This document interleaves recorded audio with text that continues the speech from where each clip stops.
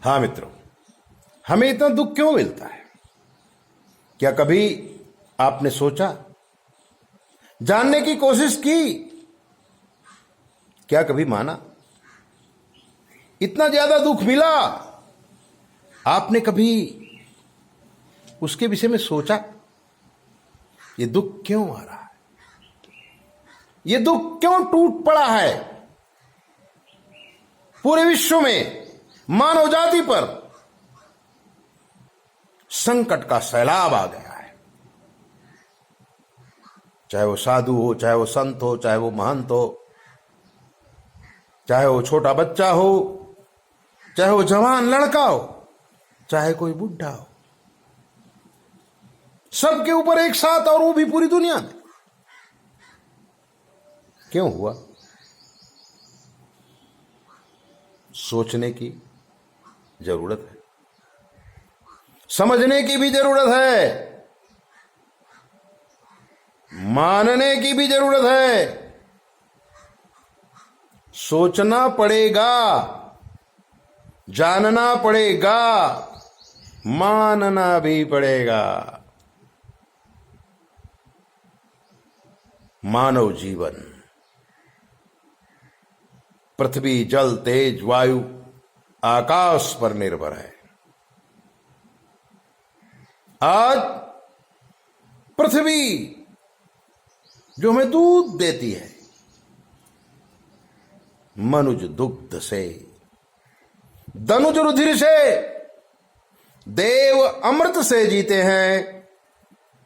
जीवन के सारे दुख को भोलेनाथ ही पीते। पृथ्वी जो हमें अनाज देती है, पृथ्वी जो हमें घर देती है, पृथ्वी जो हमें फल फूल देती है, पृथ्वी जो हमें दिव्य औषधियां देती है, वो सब दूध है। हम सोचें, कभी हमने पृथ्वी का निरादर किया है? अगर किया है तो ही आज ये परिस्थिति खड़ी हो गई है। हमारे पास जमीन नहीं है, हमारे पास इतनी भी जमीन नहीं है कि हम अपना मकान बना करके उसमें रह सकें। भाड़े के एक रूम में 5,000 रुपया देकर हम रहते हैं। यानी कि हमने पृथ्वी का अपमान किया है। इस जन्म में नहीं तो अगले जन्म में किया होगा। किसी की पृथ्वी छीन ली होगी, किसी पृथ्वी का अनादर कर दिया होगा, उस पृथ्वी में उगने वाले जो पेड़ पौधे हैं उनमें आग लगा दी होगी। मां तो रोएगी ना, उसका फल हमको मिलता है। अगर आज हमारे पास रहने के लिए मकान भी नहीं है, एक खेत भी नहीं है, एक पेड़ भी नहीं है, तो हमने मां पृथ्वी का अपमान किया है। जल, पानी, आज समाचारों में देखिए, लोग पानी के लिए तरस रहे हैं। गांव गांव में पानी नहीं है। क्यों? क्योंकि आंधी आई, पत्थरा पड़ा, लाइट नहीं है, सबमर्सिबल नहीं चल रहे, हैंडपंप बंद हो गए, नदियां सूख गई हैं, पानी कहां से पियोगे? तो हमने पानी का बहुत दुरुपयोग किया है। ऋषि मुनि संत महात्मा गुरुजन सिखाते थे, वरुण देवता है, इसकी पूजा करो, इसका दुरुपयोग न करो। लेकिन हम उस पानी का इतना दुरुपयोग किया है इस जन्म में या अगले जन्म में, कि आज लाखों लोग रास्ते पर हैं, पानी नहीं मिल रहा है, मछली की तरह तड़प रहे। वायु, हवा, प्राणवायु के बिना लाखों आदमी मर रहे हैं। गैस का सिलेंडर फट जाता है, गैस लीक हो जाती है, और समाचार पत्रों में देखिए आप, गैस के लीक होने से हवा बिगड़ जाती है, जो लोग उसको सूंघते हैं मर जाते हैं इमीडिएटली। तो क्या कुदरत हमसे बदला ले रही है? हमने वायु को बिगाड़ा तो वायु हमसे बदला ले रही है? कुदरत हमसे बदला रही है? इतनी ज्यादा रूठ गई है, हमने इतना अपराध कर दिया है। वायु के भी हम अपराधी हैं, पृथ्वी के अपराधी हैं, जल के अपराधी हैं, वायु के अपराधी, तेज के भी अपराधी हैं। बिजली, शक्ति, आज बिजली गुल हो जाती है। पृथ्वी का सीना चीर कर जो बिजली पानी आपको पिलाती थी, वो बिजली भग गई है। अब आप बोर से पानी नहीं निकाल सकते हैं, नदी दूषित हो गई है।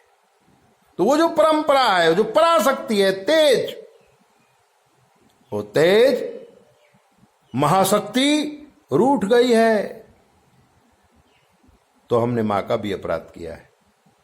हमारे चेहरे का तेज नूर गायब हो गया, हमारी सोच गंदी हो गई है, हम परेशान हैं। आकाश, पृथ्वी में जो भी क्रियाएं की जाती हैं, अच्छी या गंदी, बाष्पीभवन होकर के आकाश में जाता है। और आकाश अच्छा होता है, अच्छा वातावरण हो जाता है। आकाश खराब होता है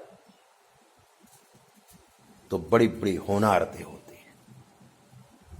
अग्नि की ज्वालाएं आकाश से निकलती हैं, मनुष्य सेक जाता है, इतनी गर्मी पड़ती है आकाश से। द्वादश सूर्य उदय होते हैं, तिनका तिनका जल जाता है। आग की लपटों में करोड़ों का सामान भस्म हो जाता है। ऐसा क्यों होता है? कभी आपने सोचा है? कभी आपने विचारा है? या अपनी जिंदगी में सोच और कर्म बदलने की चेष्टा की है? या अभी भी आप पृथ्वी, जल, तेज, वायु, आकाश को दूषित करते रहेंगे? अगर ऐसा ही करते रहेंगे, नई जनरेशन आपको माफ नहीं करेगी।